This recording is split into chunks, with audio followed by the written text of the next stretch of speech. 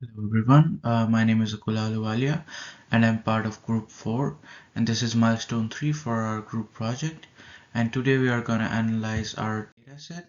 So our dataset is called Conditions Contributing to COVID-19 Deaths by State, Age, and this dataset has data across 2020 to 2023. So as we go and analyze the types of our variables in the dataset, we have four kinds. The first one is date, that has the starting date and end date for condition or COVID-19 death rate. The second would be characters. So there are multiple variables in character and most of them are self-explanatory. The ICD-10 codes is a variable that denotes the medical identification code for a specific medical condition. And flag would represent any data entry that represents confidential data that was not released and cannot be used in our data analysis.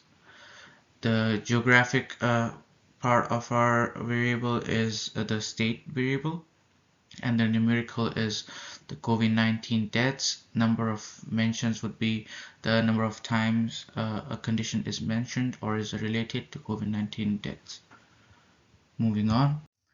The objective of our analysis was to find a relationship between COVID-19 deaths and other medical conditions and see if one would impact the other. And we also included different demographics in our study.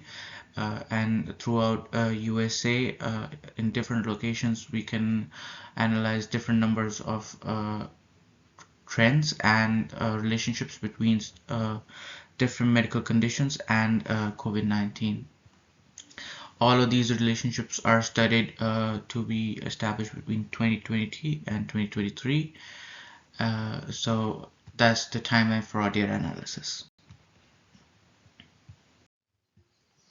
So underlying medical issues that led to COVID-19 deaths that are sorted by age group.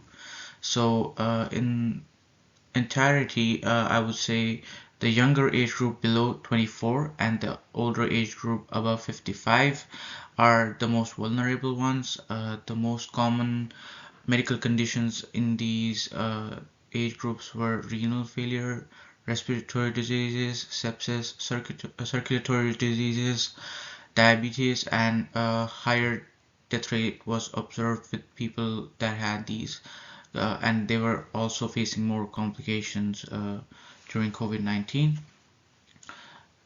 Moving on. So here we have a chart that supports my previous analysis, and this chart is based on a calculated field that divided the data into three categories: low, medium, and high, and the intensity of that category can be seen by the shade of the color. If it's darker, that means higher intensity, and lower means lower intensity in that specific group. Moving on. So COVID-19 fatalities and comorbidities, their connections in various states. There was a major role played by COVID-19 in the death ratio, and most of the deaths were caused by COVID-19.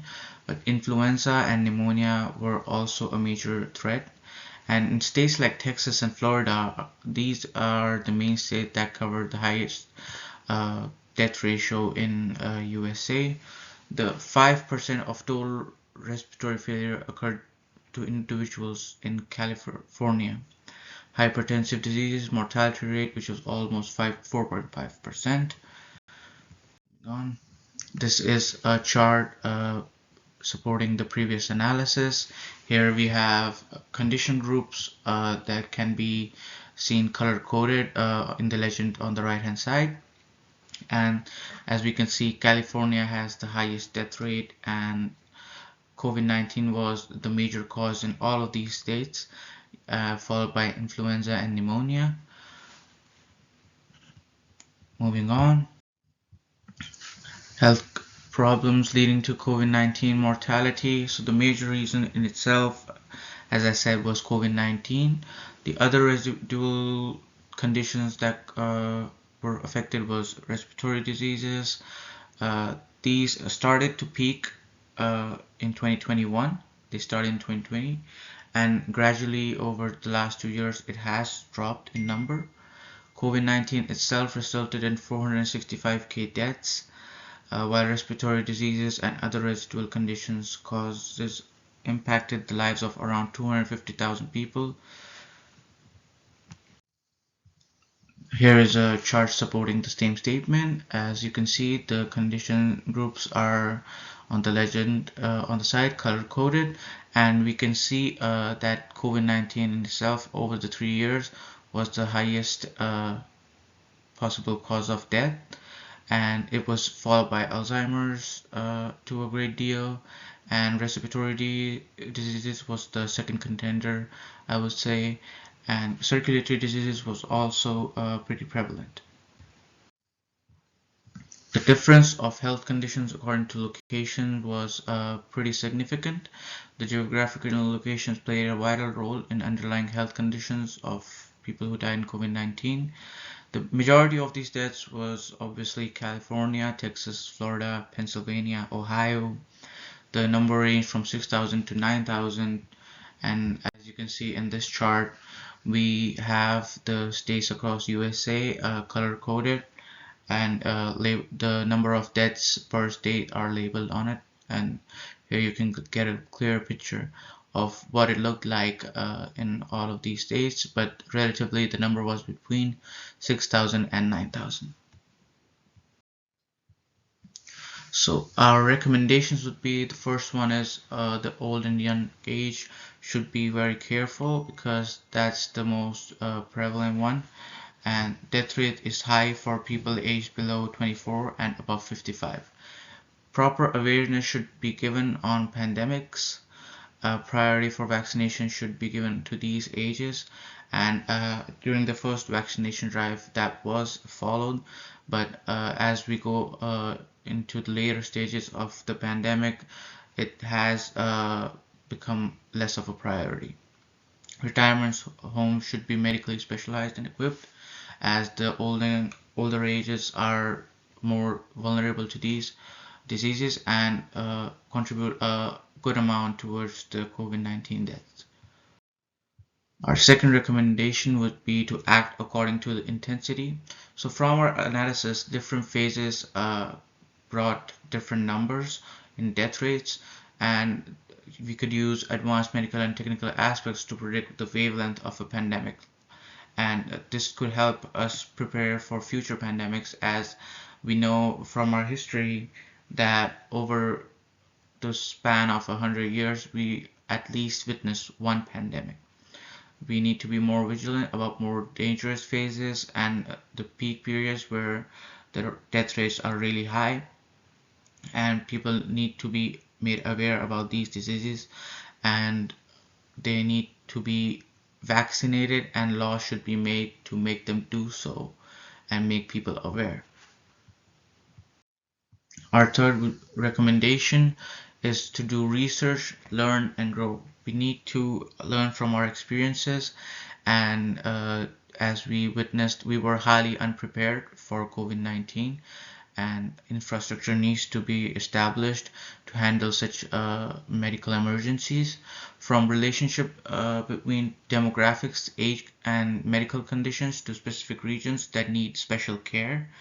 And proper research should be done on the regions like California, Texas, and Florida, see where the health system is lacking and what can be done to improve that situation. A concrete health system should be established, and development in every aspect should be provided. As we saw in COVID-19, the world had a big shortage of ventilators, and something like that is a huge signifier of lack of infrastructure, in my opinion. And regular pandemic response and actions should be taken. These remedies should be rapid and fast, as we know these conditions can very easily get out of hand. So I believe that's a very important phase. We need to be more vigilant about respiratory diseases, because I, from personal experience, would say I lost a friend who was very young, and he was a relatively younger person and healthier person.